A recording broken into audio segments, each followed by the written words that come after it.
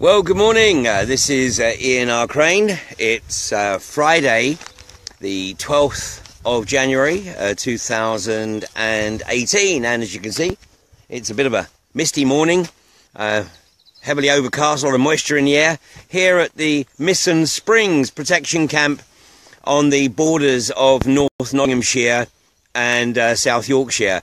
Now, a few people yesterday made mention that I didn't appear to be looking at the camera and I appeared to be talking to somebody off camera.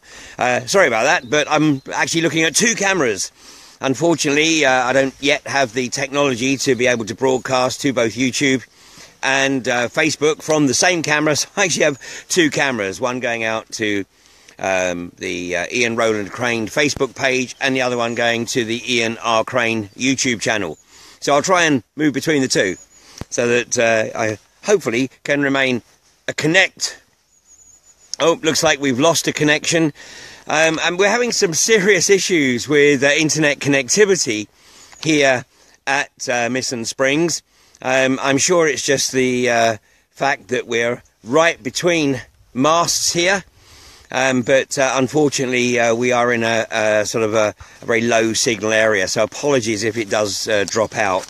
Meanwhile, yesterday, the media, certainly this is the Mail, the headline on the Mail. Of course, if you're watching this on Facebook, unfortunately, it's going to be back to front.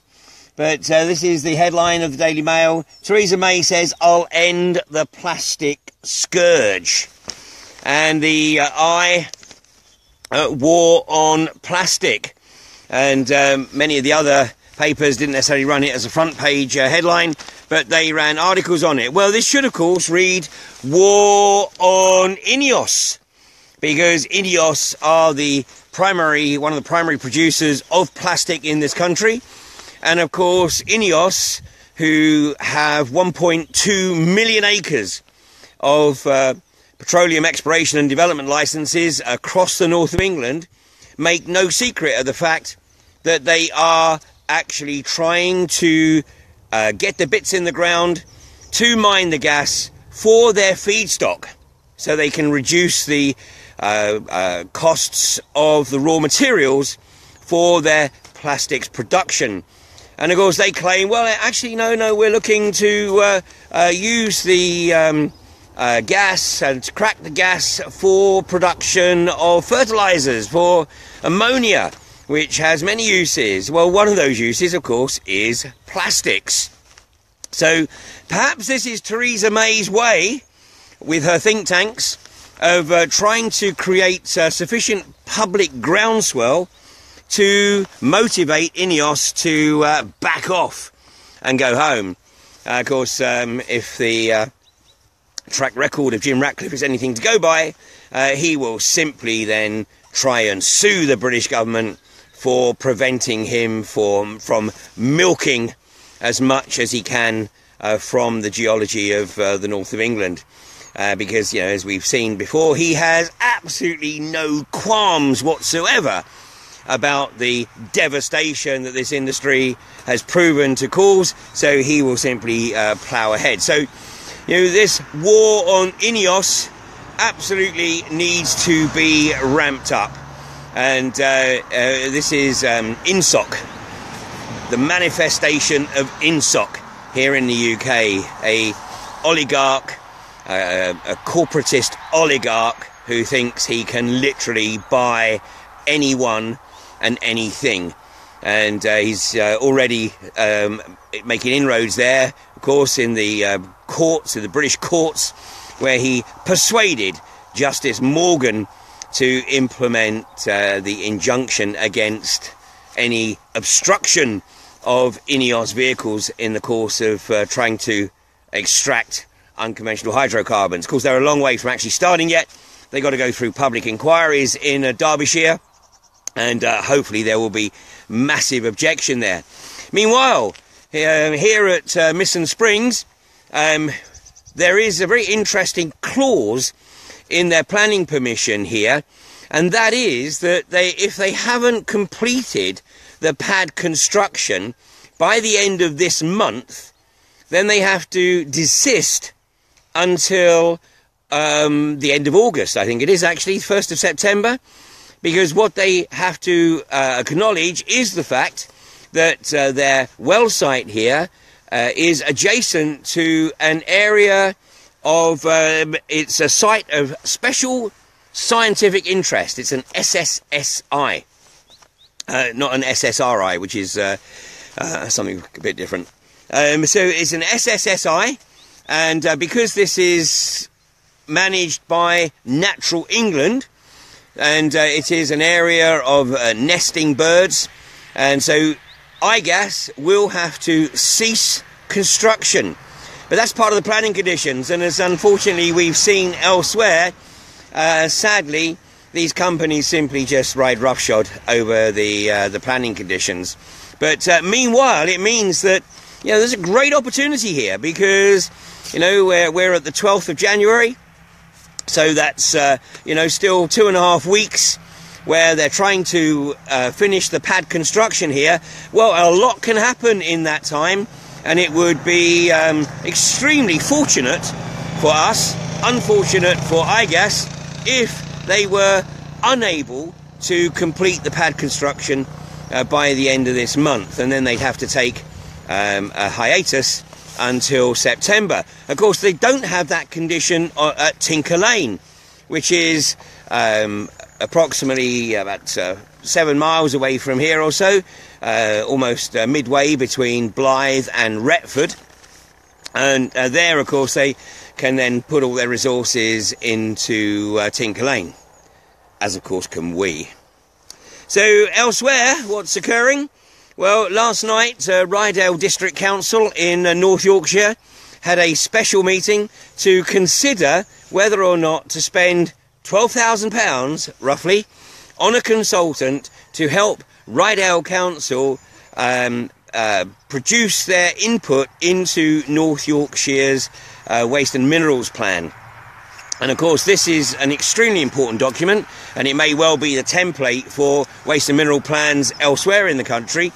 So this is an excellent opportunity to effectively put conditions in place that make it extremely difficult for these companies to continue with their activities here, particularly INEOS, of course, who have been blatant in their statements that, you know, well, yeah, we can't drill on the moors, but we can drill under the moors, and anybody who objects, then we're going to sue them. And of course, British government even apparently advising North York moors that if they resist INEOS's intent to drill under the moors, then they may find their funding from central government seriously curtailed. So if anybody hasn't yet cottoned on that we have a criminal cabal in Westminster who is literally doing the bidding of the corporatocracy, then, you know, it's actually time to wake up and start smelling the methane. Oh, of course, methane doesn't have an odour, and that's another problem, but that for another time.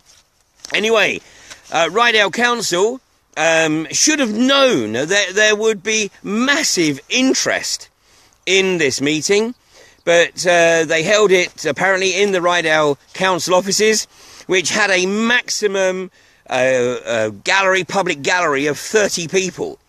And they literally decided who was going to enter from the crowd, which was estimated to be at least 150 outside, all seeking entry by raffle. Well, Rydale District Council should, of course, have convened the meeting in a larger venue, of which there's a number of other options in Moreton. So, you know, call it a hunch, but I would suggest that this was a deliberate ploy on the part of the officers of Rydale Council to limit public participation or public observation of this crucial meeting. Unfortunately, the vote to employ a specialist consultant was rejected, and so now, you know, Rydale Council are reliant on the their own resources and any volunteer expertise coming forward. Well, I'm sure there will be plenty of that, and it's also fair to say that there is an enormous level of knowledge and awareness in North Yorkshire. The unfortunate thing about North Yorkshire, of course, is that it is very British. and everybody wants to do things by the book, and they've done a brilliant job of doing everything by the book. You know, they've pursued every possible issue through planning, through the courts, through judicial review, and been beaten back at every step of the way. And when it reaches that point, all you're left with is civil disobedience, is boots on the ground. And unfortunately, Middle England wasn't ready to do that. So, there were a number of people who committed themselves on a regular basis to standing on Hampton Road and doing everything they possibly could to delay Third Energy's movement of vehicles onto the well site. But as we saw last week, the villagers of Kirby Misperton, the prisoners of Kirby Misperton, because that's what they are prisoners of Kirby Misperton. It's nigh on impossible for a house owner in Kirby Misperton to move out without effectively just leaving their property and moving on. So it's a stranded asset.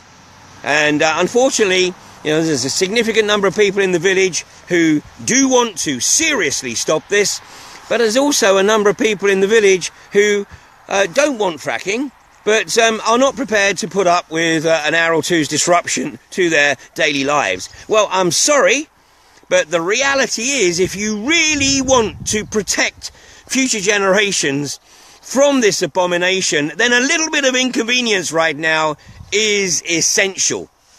And unfortunately, if you don't get it, and you don't stop this industry from establishing itself in the north of England, then within a generation, the north of England is going to be like southern Queensland of Australia, a veritable wasteland, with a lot more prisoners, because it's a lot more densely populated than southern Queensland. So, it really is a case of you have to decide what you want to do.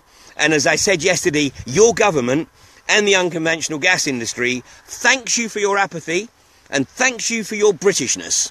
Thanks you for not deciding to oppose through any other means than due process.